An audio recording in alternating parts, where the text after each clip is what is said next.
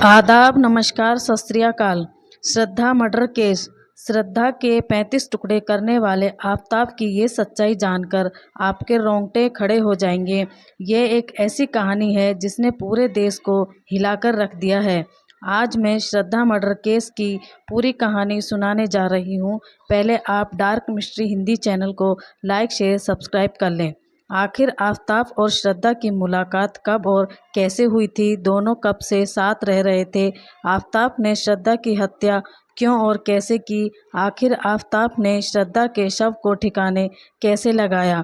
और सबसे अजीब बात की हत्या करने के 6 महीने बाद भी आफताब पुलिस की पकड़ से कैसे बचा रहा? और फिर आखिर में गिरफ्तार कैसे हुआ? आइए जानते हैं। सबसे पहले दो किरदारों का पूरा नाम आफताब अमीन पूनावाला है और इसकी उम्र 28 साल है। आफताब का परिवार महाराष्ट्र के वसई में रहता था। आफताब इस घटना को अंजाम देने से कुछ महीने पहले तक मुंबई में ही रह रहा था और मुंबई से इसकी पढ़ाई हुई। आफताब ने होटल मैनेजमेंट किया हुआ था। इसके अलावा आफताब ने मुंबई के बड़े होटल से शेफ़ की ट्रेनिंग हासिल की हुई थी। सोशल मीडिया पर आफताब की पहचान एक फूड ब्लॉगर की है। इसके अलावा इसने लंबे समय तक एक कॉल सेंटर में भी काम किया है। दूसरी तरफ इस कहानी की पीड़िता श्रद्धा का पूरा नाम श्रद्धा वलकर था। श्रद्धा की उम्र लगभग 26 साल की थी। श्रद्धा का परिवार महाराष्ट्र के पालघर में रहता था। श्रद्धा के पिता पास के एक बाजार में छोटी सी इलेक्ट्रॉनिक की दुकान चलाते हैं। मां का नाम सुमन था और इसका 23 साल का एक भाई भी था। श्रद्धा के माता पिता के आपसी रिश्ते ज़्यादा अच्छे नहीं थे, इसलिए श्रद्धा के पिता अलग रहते थे जबकि श्रद्धा की मां दोनों बच्चों को लेकर अलग रहती थी। श्रद्धा की शायद ही अपने पिता से बात होती थी। श्रद्धा का जन्म जरूर एक छोटे से परिवार में हुआ था, लेकिन उसके सपने बहुत बड़े बड़े थे। अपना सपना पूरा करने के लिए फिर श्रद्धा अपनी पढ़ाई पूरी करने के बाद अपने पालघर को छोड़कर 2018 में मुंबई शहर में आ जाती है और कुछ दिनों तक अपने दोस्त के साथ रहती है और नौकरी की तलाश में लग जाती है। श्रद्धा ने मास मीडिया में डिग्री हासिल की हुई थी और कुछ कोशिशों के बाद श्रद्धा को एक मल्टीनेशनल कॉल सेंटर में जॉब मिल जाती है। जॉब करते हुए श्रद्धा को जब कुछ महीने बीत जाते हैं, इसके बाद 2019 के मई महीने में श्रद्धा की दोस्ती एक डेटिंग ऐप पर आफताब अमीन पूनावाले नाम के लड़के से हो जाती है। बातचीत के बाद पता चलता है कि आफताब भी एक मल्टीनेशनल कॉल सेंटर में ही काम करता है। इसके अलावा वो पार्ट टाइम में फूड ब्लॉगिंग और फोटोग्राफी भी करता है। शुरुआत से बातचीत करने पर दोनों दोस्त बन जाते हैं और कुछ समय बाद मिलने का प्लान बनाते हैं। पहली मुलाकात में ही श्रद्धा आफताब से काफ़ी प्रभावित हो जाती है और दोनों साथ में रहने का प्लान बनाते हैं। इन दोनों की दोस्ती मई महीने के आसपास हुई थी। इसके बाद 2019 के अक्टूबर महीने में ही ये नए गांव में ही एक फ्लैट किराए पर ले लेते हैं और एक साथ रहने लगते हैं। यहाँ कुछ महीने रहने के बाद ये दोनों वसई में रहने के लिए चले जाते हैं। कुछ महीने साथ रहने के बाद ये फैसला करते हैं कि हम दोनों अब शादी कर लेंगे। इसी फैसले के बाद श्रद्धा अपनी मां के पास जाती है और बताती है कि मैं आफताब नाम के लड़के के साथ रह रही हूँ और मैं उसे शादी करना चाहती हूँ। इतना सुनते ही श्रद्धा की माँ बेटी को समझाना शुरू कर देती है कि वो दूसरे धर्म का है और हमारा धर्म दूसरा है, इसलिए हम इस रिश्ते को मंजूर नहीं कर सकते। तरह तरह से श्रद्धा की माँ श्रद्धा को समझाती है, लेकिन वो सारी कोशिशें नाकाम हो जाती हैं और ये मुलाकात झगड़े का रूप ले लेती है और वो अपनी माँ से यह कहकर जाती है कि आप लोग नहीं भी राज़ी होंगे तो भी मैं आफताब से ही शादी करूँगी और अब आप समझो कि मैं आपकी बेटी नहीं हूँ। फिर अपना सामान लेकर श्रद्धा वहां से निकल जाती है और आफताब के साथ ही रहने लगती है। श्रद्धा को गए हुए कुछ ही महीने हुए थे, तभी जनवरी 2020 में अचानक से श्रद्धा की मां को दिल का दौरा पड़ता है और उनकी मृत्यु हो जाती है। इसके बाद श्रद्धा को पता लगने के बाद वो अपनी मां के अंतिम संस्कार में शामिल होने के लिए घर जाती है। इस बार वो कुछ दिनों तक वहां रुकती है, लेकिन फिर से वापस आकर आफताब के साथ रहने लगती है। इधर श्रद्धा और आफताब के बीच सब कुछ अच्छा चल रहा था, लेकिन जब श्रद्धा आफताब से शादी करने के लिए कहती है तो वो टालने लगता है। इसी के दौरान दोनों में काफ़ी नोक-झोंक भी होती है और इसी दौरान आफताब श्रद्धा पर हाथ भी उठा देता है। श्रद्धा को इससे काफ़ी बुरा लगता है और वो अपनी सहेली को फ़ोन करके कहती है कि आफताब ने मुझे मारा और धमकाया है, मैं पुलिस कंप्लेंट करने जा रही हूँ और अब इसके साथ नहीं रह सकती। फिर आफताब श्रद्धा से माफ़ी मांगता है और ऐसा दोबारा ना करने की कस्में खाता है और फिर श्रद्धा उसे माफ़ कर देती है और फिर से दोनों साथ रहने लगते हैं। कुछ महीने तक सब कुछ ठीक ठाक ही चलता है, लेकिन श्रद्धा के दोस्त के दावे के अनुसार 2021 के जुलाई महीने में एक बार फिर से आफताब ने श्रद्धा को बुरी तरीके से मारा पीटा था और एक बार फिर से श्रद्धा ने पूरी घटना अपनी दोस्त को बताई थी और एक बार फिर से आफताब को छोड़कर जाने की बात की थी। फिर दोबारा से आफताब श्रद्धा को मना लेता है और फिर श्रद्धा के साथ रहने लगता है। फिर ये झगड़ों के बीच 2022 आ जाता है। आफताब और श्रद्धा मूड फ्रेश करने के लिए हिमाचल घूमने का प्लान बनाते हैं।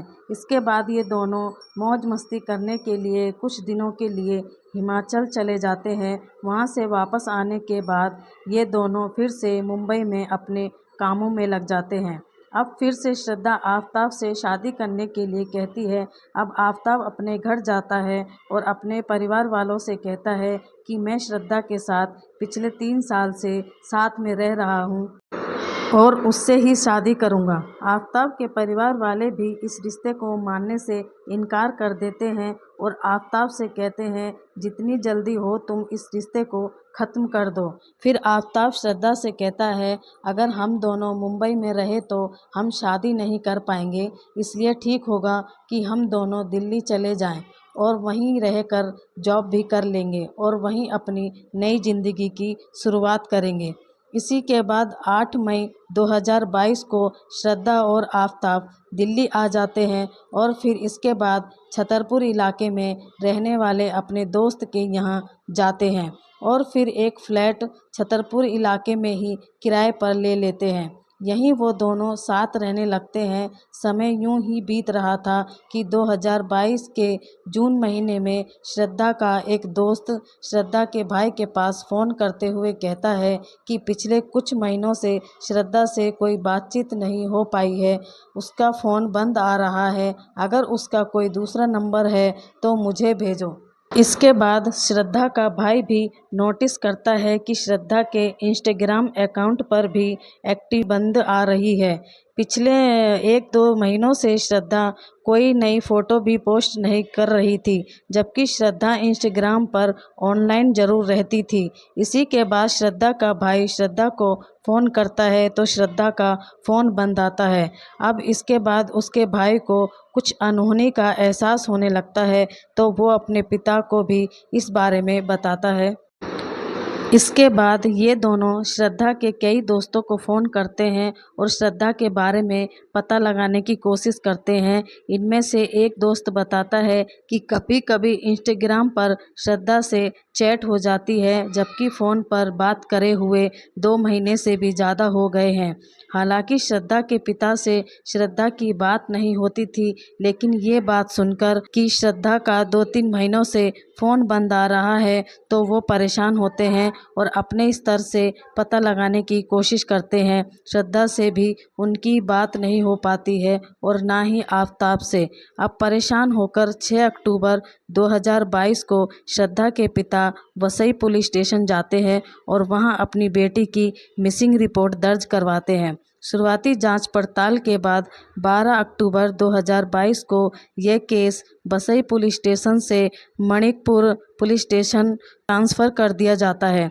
पुलिस की शुरुआती जांच पड़ताल में पता चलता है कि कुछ महीने पहले तक श्रद्धा आफताब नाम के लड़के के साथ रह रही थी। पुलिस आफताब का मोबाइल नंबर किसी तरह से ढूंढ लेती है और फ़ोन पर ही आफताब से श्रद्धा के बारे में पूछताछ करती है, तो आफताब बताता है कि 22 मई 2022 को श्रद्धा और मेरी बहुत बड़ी लड़ाई हो गई थी। उसके बाद श्रद्धा यहाँ से सभी सामान लेकर ये कहते हुए चली गई कि कभी मुझसे बात करने की कोशिश मत करना। इसके बाद से मुझे कुछ नहीं पता कि श्रद्धा कहाँ है। इसके बाद मैंने कभी भी श्रद्धा को फ़ोन नहीं किया। पुलिस वालों को आफताब की इन बातों का कुछ हद तक यकीन हो जाता है। फिर भी आफताब के नंबर को सर्विलेंस पर डाल दिया जाता है, जबकि उससे भी कुछ ज़्यादा हासिल नहीं होता और ना ही श्रद्धा का कोई अता पता चलता है। इधर पुलिस का शव घूमकर फिर से आफताब पर ही आ जाता है। इसलिए 3 नवंबर 2022 को आफताब को दिल्ली से मुंबई आकर थाने में पेश होने के लिए कहा जाता है और यहाँ फिर से आफताब से पूछताछ शुरू हो जाती है और उसी पूछताछ में वो फिर से वही बात दोहराता है कि मेरी और श्रद्धा की लड़ाई के बाद नहीं पता कहाँ है। इस पूछताछ में भी पुलिस को ज़्यादा कुछ नहीं मिला और फिर से आफताब को छोड़ दिया गया और वो वापस दिल्ली आ जाता है। फिर भी पुलिस वालों को लिखित बयान पर शक होता है कि आफताब कुछ न कुछ छुपा रहा है। इसी के बाद फिर 8 नवंबर 2022 को दिल्ली पुलिस आफताब को पूछताछ के लिए बुलाती है और इस बार आफताब अपने ही जाल में बुरी तरीके से फंस जाता है। लेकिन पुलिस इन्वेस्टिगेशन क्रम में एक दिन पुलिस वालों को पता लगता है कि एक तरफ आफताब कह रहा था कि 22 मई को श्रद्धा और मेरा झगड़ा हो गया था और वो अपना फ़ोन और कपड़े लेकर चली गई थी, जबकि 26 मई 2022 को श्रद्धा के मोबाइल से ही एक बैंकिंग ऐप का इस्तेमाल करते हुए श्रद्धा के बैंक से आफताब के बैंक अकाउंट में 54,000 रुपये भेजे गए हैं और जब ये पैसे डाले गए थे तब फ़ोन की लोकेशन छतरपुर की थी, जहां पर आफताब और श्रद्धा रहा करते थे। जबकि 31 मई 2022 को श्रद्धा के इंस्टाग्राम से श्रद्धा के दोस्त से बात हुई थी।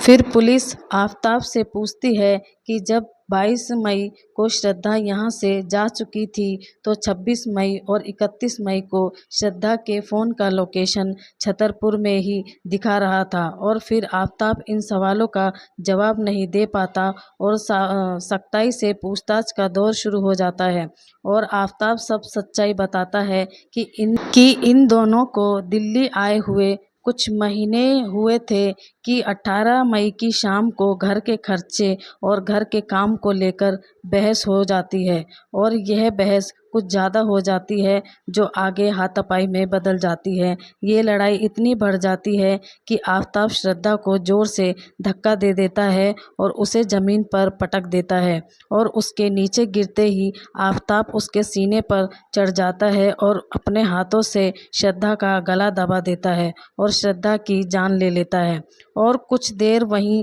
पर बैठा रहता है और फिर लाश को ठिकाने लगाने की प्लानिंग करने लगता है। क्योंकि रात बहुत हो चुकी थी इसलिए पहले वो खाना ऑर्डर करता है, साथ ही बियर भी लाता है और उसकी लाश के पास बैठकर खाना खाता है और बियर भी पीता है और रात में वहीं पर सो जाता है। अगली सुबह श्रद्धा की लाश को ले जाकर बाथरूम में बंद कर देता है और लाश को ठिकाने लगाने के लिए इंटरनेट का सहारा लेना शुरू कर देता है और फिर आफताब बिल्कुल साधारण व्यवहार करते हुए बाजार जाता है और 300 लीटर का बड़ा सा फ्रिज खरीद कर लाता है और वहां से दूसरी दुकान पे जाता है और एक आरी खरीद कर लाता है। इसके अलावा कचरे में इस्तेमाल किए जाने वाले प्लास्टिक बैग को भी खरीद कर लाता है। इसके बाद परफ्यूम, अगरबत्ती और साफ़ सफाई में इस्तेमाल होने वाले केमिकल भी खरीदता है और उसे लाकर घर के अंदर रख देता है।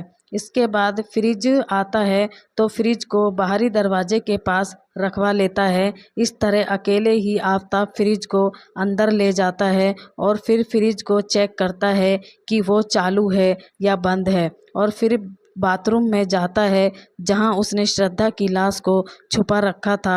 बाथरूम में जाने के बाद वो सबसे पहले सभी नलों को खोल देता है और आरी से शरीर के टुकड़े करना शुरू कर देता है।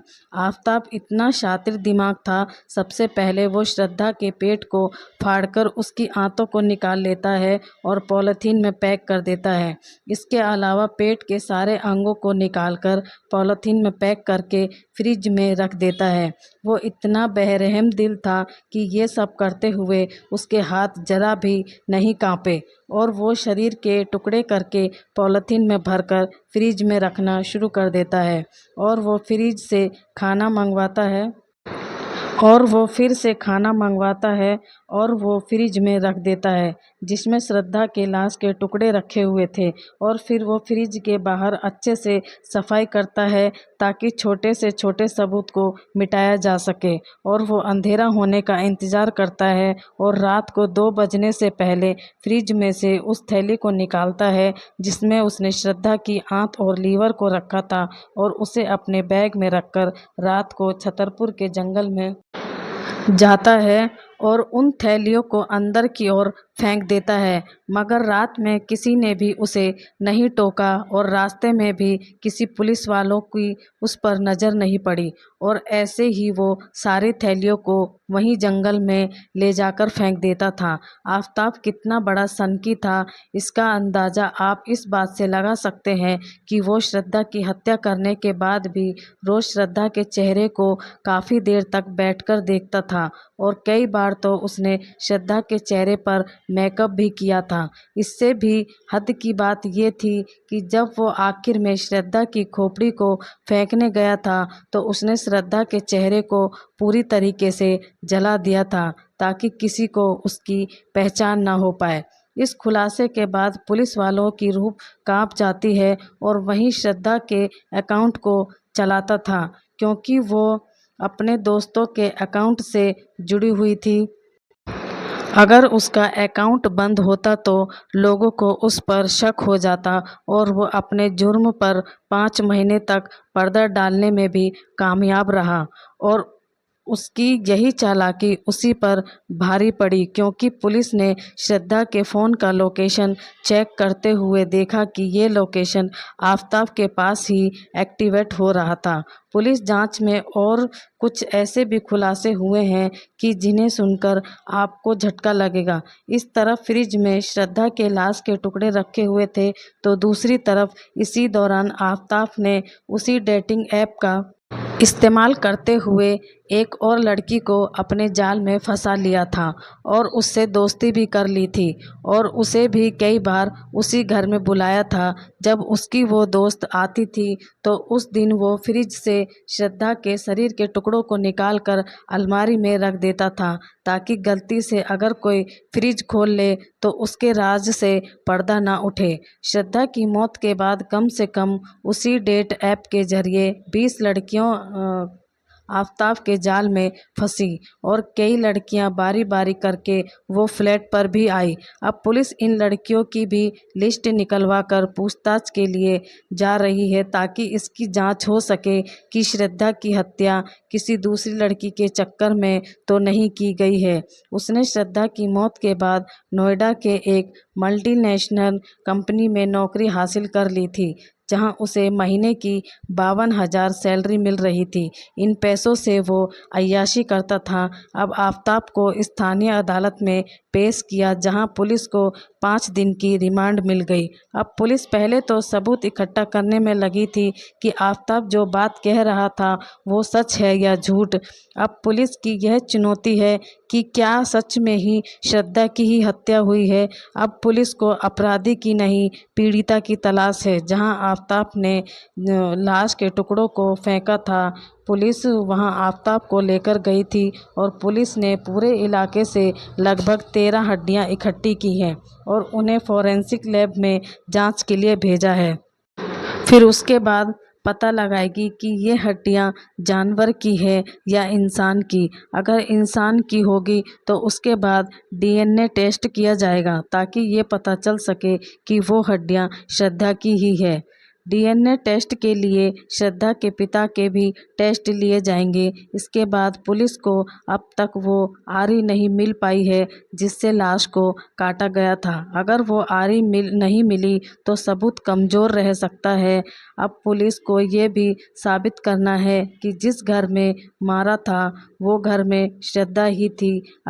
अगर लोकेशन को छोड़ दिया जाए तो पुलिस को अभी तक एक भी फिजिकल एविडेंस नहीं मिला जिससे ये साबित हो सके कि उस घर में वास्तव में श्रद्धा की ही हत्या हुई थी, क्योंकि आफताब इतना चालबाज भी है कि उसने केमिकल और एसिड के जरिए वो सारे सबूत नष्ट कर दिए हैं। अब उस घर में सबूत के तौर पर एक चीज़ बाकी है और वो है फ्रिज, जिसमें आफताब ने श्रद्धा के शरीर के टुकड़ों को रखा था, जबकि आफताब ने फ्रिज भी काफ़ी अच्छी तरीके से सफाई कर दी थी। इसलिए पुलिस को वहां से भी पक्के सबूत नहीं मिले। 17 नवंबर 2022 को पुलिस को आफताब की 5 दिन की और अतिरिक्त रिमांड मिल गई है। साथ ही कोर्ट ने नार्को टेस्ट की भी इजाज़त मिल गई है। साथ ही कोर्ट से नार्को टेस्ट की भी इजाज़त मिल गई है। ऐसे में उम्मीद है पुलिस बहुत जल्द कोई ना कोई ठोस सबूत निकाल लेगी जिससे आफताब को कड़ी से कड़ी सज़ा मिल सके। आप इस कहानी के बारे में क्या सोचते हैं कमेंट में लिखकर ज़रूर बताएं और चैनल को लाइक शेयर सब्सक्राइब कर लें। धन्यवाद।